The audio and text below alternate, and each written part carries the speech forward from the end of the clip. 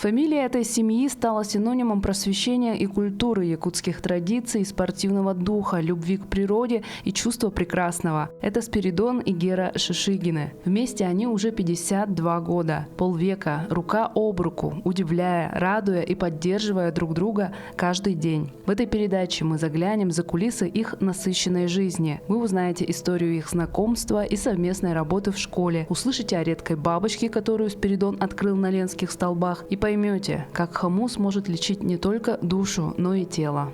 Начнем с того, что герои нашей передачи родились в августе, оба львы по знаку зодиака. Спиридон появился на свет в селе Табага Мегино-Кангаласского улуса 1 августа 1950 года в семье учителя-фронтовика Спиридона Шишигина-старшего и его супруги Зои Аргуновой. Он стал средним ребенком из 6 детей. Гера родилась в Якутске 18 августа 1952 года в семье партийного работника и журналиста Афанасия Яковлева и его жены Марии. Она была старшей среди 5 детей. Детство девочки прошло сначала в селе Бердигистях Горного Улуса, а затем в поселке Зырянка Верхнеколымского района. И там закончила школу, была русскоязычная школа. Это раньше Зырянка принадлежала Магаданской области.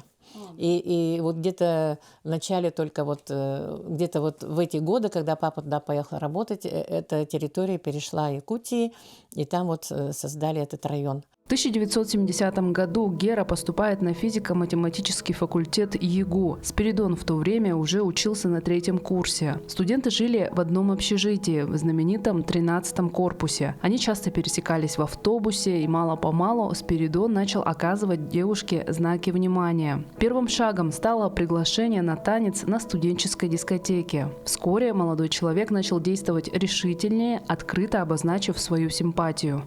Однажды, когда я приехала со снежного десанта, мы с Хатасов дошли, кажется, в марте месяце на лыжах до Табаги.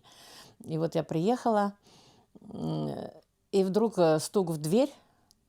Не знали, кто это. Девочки открыли, говорят, тебя зовут там. Я думаю, кто меня зовет? Выхожу, там стоит Спиридон Спиридонович и говорит, я приглашаю тебя в кино сегодня. Гера ответила взаимностью, и они начали встречаться. Ухаживания Спиридона отличались редкой романтикой. Например, однажды он своими руками вырезал на деревянной дощечке силуэты их пары, стоящей у окна общежития. Естественно, раз мы жили в одном корпусе, часто встречались, и место встречи, где мы могли, уединиться, разговаривать, это окно общежития. И Спиридон Спиридонович сделал такое памятную, как ее назвать можно? Это как гравюра называется или что-то такое, ага.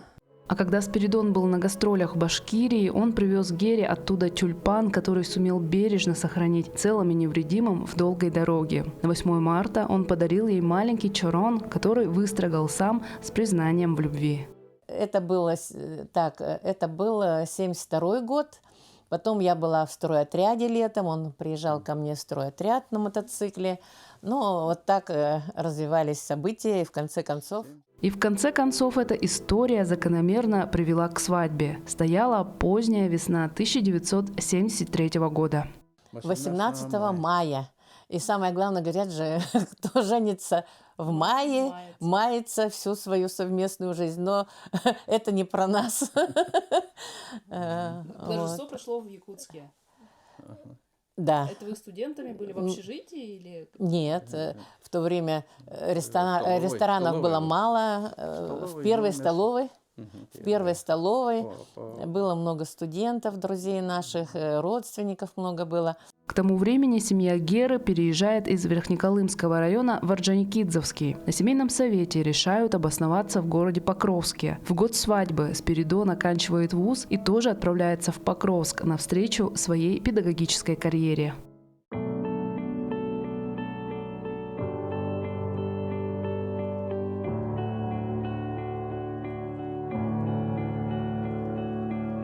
Учебный год 73-74 годов Спиридон Шишигин провел в Кирзаводской школе в качестве учителя математики. Уже на следующий год он перевелся в Покровскую среднюю школу номер 1. В это время Гера оканчивала учебу в университете. В 1975 году она прибывает в Покровск и вслед за мужем устраивается в ту же школу учителем физики. Первые шаги Геры Шишигиной в профессии хорошо помнит Альбина Котельникова, учитель русского языка и литературы с 40-летним стажем. Гера Афанасьевна русскоязычная была в начале своей педагогической работы. И поэтому ей, так как она работала в старших классах, преподавала физику, ей доставались сборные классы из 8-леток. Это Колбастах, Кирзавод, вторая школа. Это были, конечно, не самые примерные классы. И это было очень трудно у них завоевать авторитет, стать классным наставником. И это Гере Афанасьевне очень хорошо удавалось, потому что она, во-первых, очень основательный человек, основательный во всем. В отношении к предмету, в отношении к коллегам, в отношении к детям. В начале своей карьеры Спиридон успел побыть классным руководителем физмат-класса, в котором учился сын Альбины Котельниковой Андрей. По ее словам, для юношей он стал не просто учителем, но и вовлеченным старшим товарищем, который не только обучал точным наукам, но и прививал важные мужские умения и любовь к активным видам спорта. Во-первых, он их свозил на строительство изгороди во второй Жемкон. Мальчишек, маленьких совершенно мальчишек, и они там, их научил пользоваться топором, пользоваться, в общем, всем мужским навыкам, их за лето это научил. Это, во-первых, мы, родители, за это ему очень благодарны. Кроме этого, он их с ними вечерами играл в баскетбол постоянно, после работы. Мальчишки с удовольствием вечерами здесь допоздна в баскетбол играли, а потом еще увлеклись футболом. То есть их со всех сторон он так организовывал. В 1991 году Спиридона Шишигина назначают директором Покровской средней школы номер 1. Несмотря на лихие 90-е, школа в те годы переживала невиданный ранее подъем. Он хорошо умеет подбирать кадры. Вот он в 90-е годы, когда стал директором, сразу подобрал такую команду администрации, которой было все по плечу. Поэтому мы сразу же вскоре стали республиканской площадкой по профильному образованию.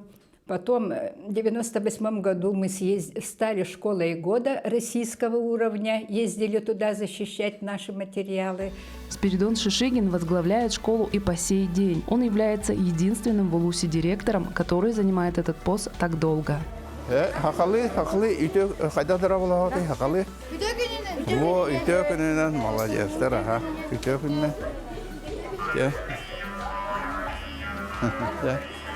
В Покровской средней школе номер 1 красной нитью проходит сохранение традиций народа Саха. Это проявляется и в школьных уроках, и в мероприятиях, таких как чемпионат по национальным настольным играм «Хаблык» и «Хамыска». Даже школьный звонок здесь звучит как напев хамуса. В конце учебного года мы обязательно проводим ИСЭХ,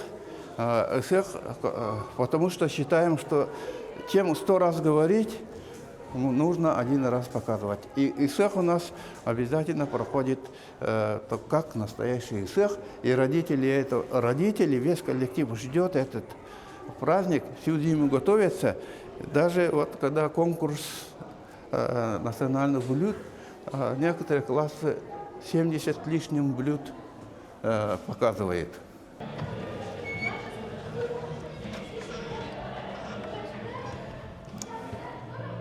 О, родной кабинет, в котором я не была уже много лет.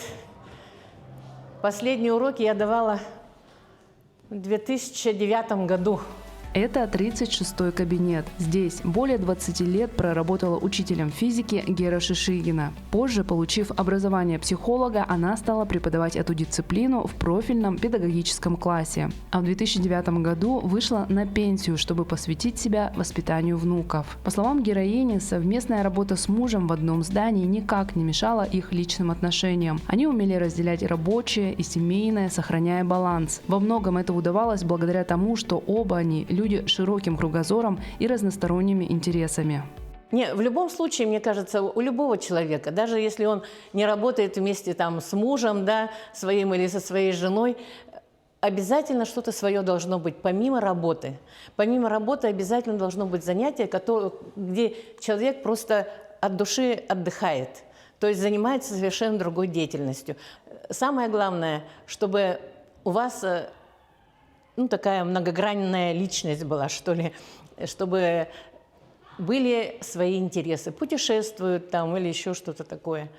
Увлечений у четы Шишигиных действительно много. Если в Хангаласском улусе Спиридон известен прежде всего как бессменный директор Покровской школы номер 1, то в республике, в России и даже за рубежом его знают как виртуоза-хомусиста и талантливого импровизатора. Он объездил с концертами полмира и выпустил несколько музыкальных альбомов. А впервые варган он взял в руки еще 10-летним мальчишкой в родном селе Табага. У нас дома был хумус. Лежал всегда на комоде. И я, когда мне 10 лет было, наверное, взял хумус, попробовал. И такие звуки мне понравились. И я временами иногда, когда никого дома нет, брал, играл. И рядом жил сосед, мой классный руководитель. Он и слушал, и это предложил играть на концертах. Ну, классно. Концертах. Ну, в то время, все время концерты были в школах. И вот я, чтобы готовиться, начал слушать радио, и там играл Иван Егорович. По радио я его слушал и старался подражать. В студенчестве Спиридон встретился со своим кумиром, прославленным хомусистом Иваном Алексеевым, которого в народе называют Хомус-Уйбан. У мастера тогда был свой музыкальный ансамбль хомусистов «Алгыз», и Спиридон получил приглашение стать его частью. Но перед этим Иван Алексеев строго оценил технику исполнения молодого музыканта. Он однажды заявляет, что умеет все приемы, играет очень хорошо, доволен был собой. Но я говорю, ну-ка сыграй-ка. Ага, свое произведение. Ага, сыграл. Ну, конечно, приподнято, так. И я скажу ему, дорогой Спиридон, ты умеешь играть хорошо, но нет тематической направленности. Из этих своих виртуозных игр собери и сыграй произведение. На редкость он послушался. Так у Спиридона началась ансамблевая жизнь, гастроли по стране, участие в фестивалях и громкие победы. Ансамблевое произведение у нас построено по принципу футбольной команды. Были у нас защитники, нападающие ансамбля. И защитником всегда он со мной играл в защиту произведения. Защита произведения. Что такое защитить произведение? Один наш солист или два солиста играют свое произведение. И мы подражали. Ну, он, увлекаясь или как-то так по-другому, содержание не вкладывается. И приходят нападающие. Нападающие защищают наши произведения, и постепенно в русле входим в таком такой выбираем, настаиваем, может быть так, и нас больше, а он один или двое, а большинство побеждает, так? Такой принцип был у нас. И это произведение «Экспром» называется. «Экспром». Мы «Экспром» там создавали музыку.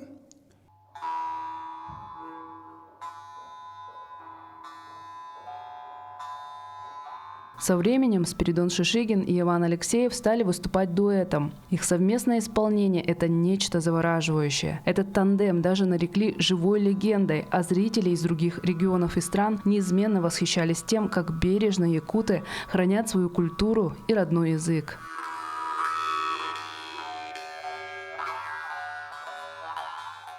Знали ли вы, что звук варгана не только приятен слуху, но и обладает терапевтическими свойствами? Одно время Спиридон даже практиковал хамуса-терапию. Я помогал Клавдии Ильиничне Максимовой, Саине. Она учила людей входить в определенное состояние транса. Вот человек 70, наверное, собирала у нас в Саргатюльгете в зале, и люди все входили в транс, и кто как может, значит, использовал эту музыку. Но там случаев разных много. Например, пришла одна, нога не гнулась.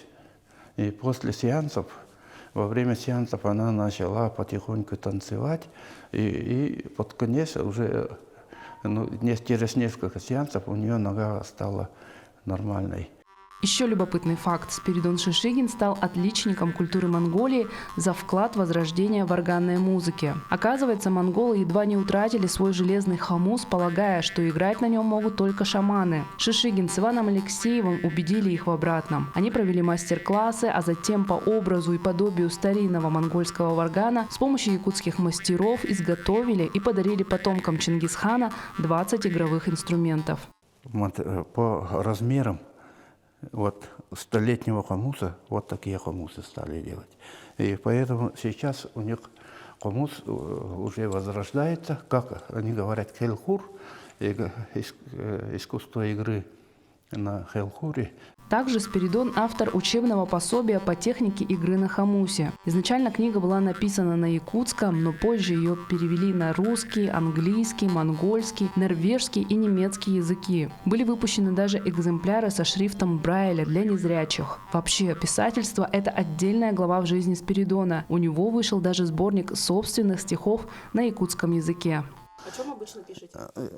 В основном про хамус. Обычно у меня после мероприятий по хамусу получается стихотворение про хамус, и про природу нашу, про наши традиции якутскую пишу. И некоторые стихотворения стали, люди пишут мелодию и песни. Күн барахсан, күйсе версыдяйын, сүйс арасыңынан кустукту анятан, той илла хамухум, той илла догорум.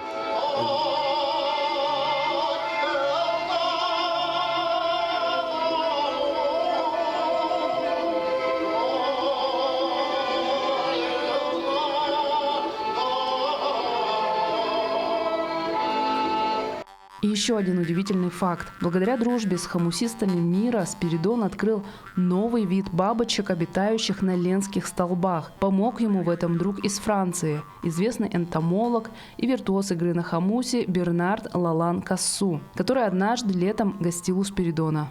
И когда мы на ленские столбы поехали, и пока рыбачили, потом пока готовили уху, начали бабочки летать какие-то.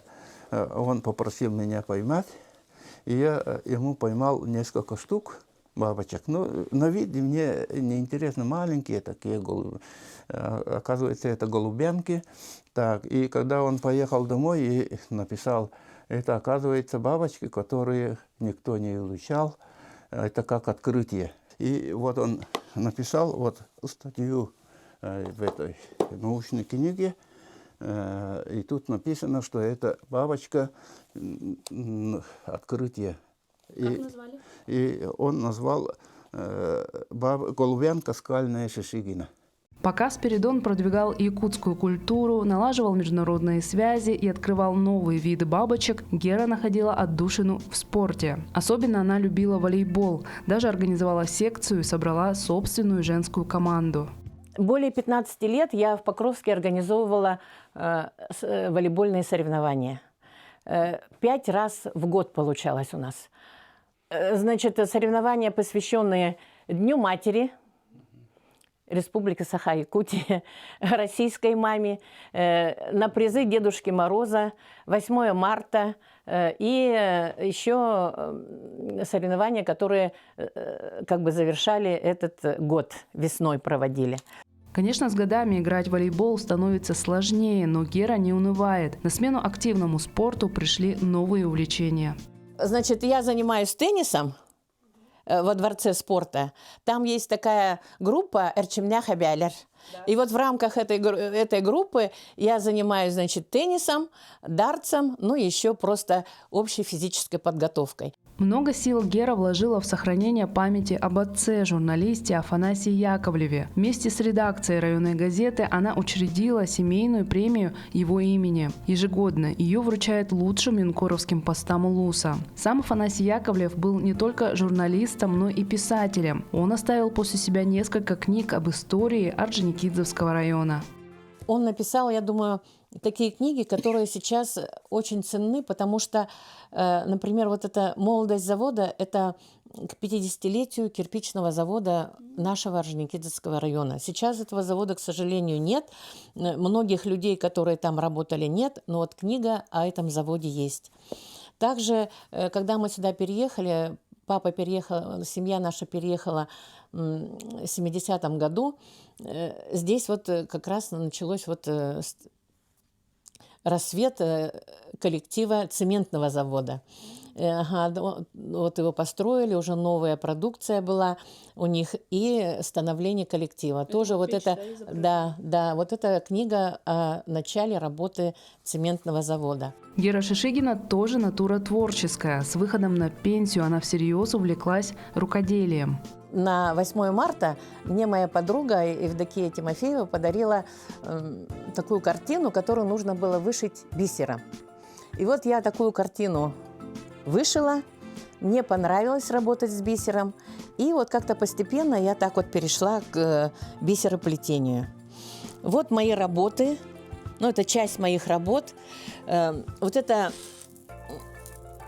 украшение национальное я сделала по схеме, которую разработала Екатерина Михайловна Горохова.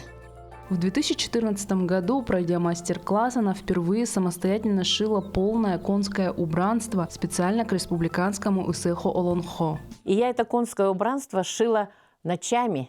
Сидела, уже солнце поднималось, и я все никак не могла. Ну, скорее нужно было закончить, и я вот сидела, долго его шила. Значит, здесь чепарак и 2 кочима. Но это творение не осталось лежать в сундуке. Комплект отправился в дальнее путешествие в Европу. Спиридон и Гера вместе уже 52 года и совсем скоро отметят 53-ю годовщину. Секрет их крепкого союза оценили и на официальном уровне. В 2023 году супругам вручили медаль за любовь и верность. У Шишигиных 2 детей. Их назвали в честь родителей Геры, сына Афанасием, а дочь Марией. Это семья старшего сына Афанасия, жена его, наша невестка Нюргустана, старший сын Тимур и младшая дочка – это Саина. В этом году Тимур заканчивает школу, Саина учится в 8 классе. Вот это семья Марии, она жила в Исландии, ее муж исландец, Арнер, и 3 детей – Максим старший, Артур и Полина. Мария унаследовала творческий дар родителей. Живя в Европе, она знакомит иностранцев с культурой народа Саха. Именно по ее инициативе священные иконовязи Сергея были установлены в Исландии и в немецком городе Тауха. Я также сохранила свою фамилию, да, потому что для меня это очень важно. Наша фамилия – это династия и педагогов, и династия хамусистов.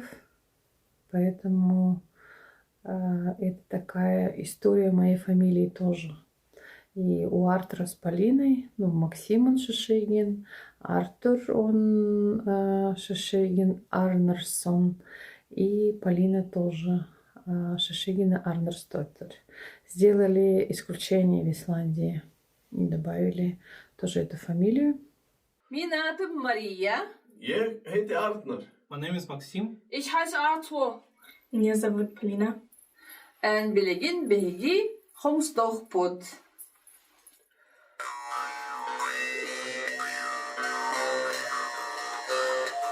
Как и отец, Мария стала виртуозом игры на хомусе и учит этому искусству свою семью. А одну из комнат в доме она превратила в настоящий музей якутской культуры. Музей нашей семьи. Видите, это конское убранство, которое мама мне подарила.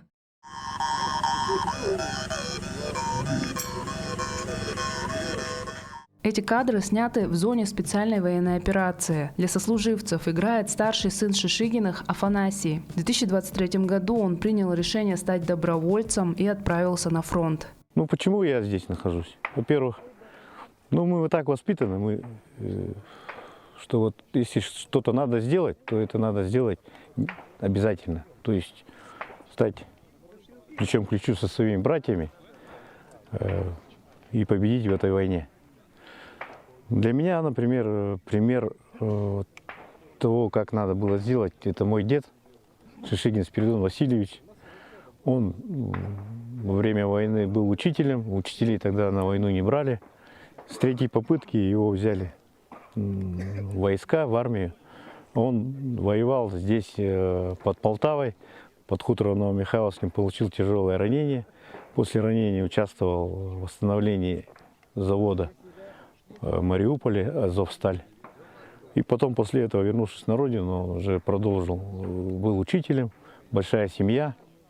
Также у меня вот тоже семья большая есть. К глубокому прискорбию в мае 2025 года Афанасия не стало. Он скончался от осложнений после ранения. Медаль Жукова за боевые заслуги, которым его наградили, теперь бережно хранят родители.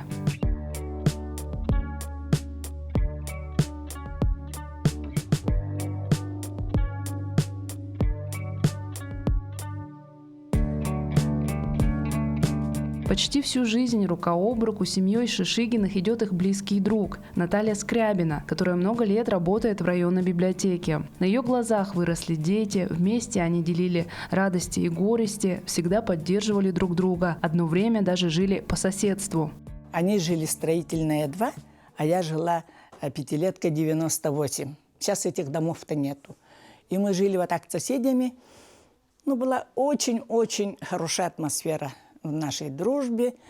И под конец жизни сейчас мы с Герой Афанасьевной одинаково думаем, вкусы одинаковые. Нам есть о чем поговорить, о чем даже помолчать. Мы можем даже неделями не разговаривать, но знаем кто, что, где, как. Наталья – главная поклонница таланта Геры и ее изделий из бисера. Каждый день библиотекари, они будут свидетелями. Почти что каждой одежде у меня есть изделия от Геры Афанасьевны. Многие она дарит, а я еще у нее и покупаю. И большой фанат блюд, которые готовит Спиридон.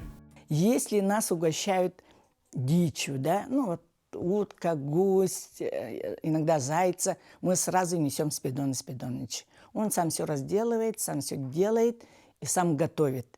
А у него еще фирменное блюдо, как-то он, не знаю, жаркое, не жаркое. С капустой он делает дичь именно.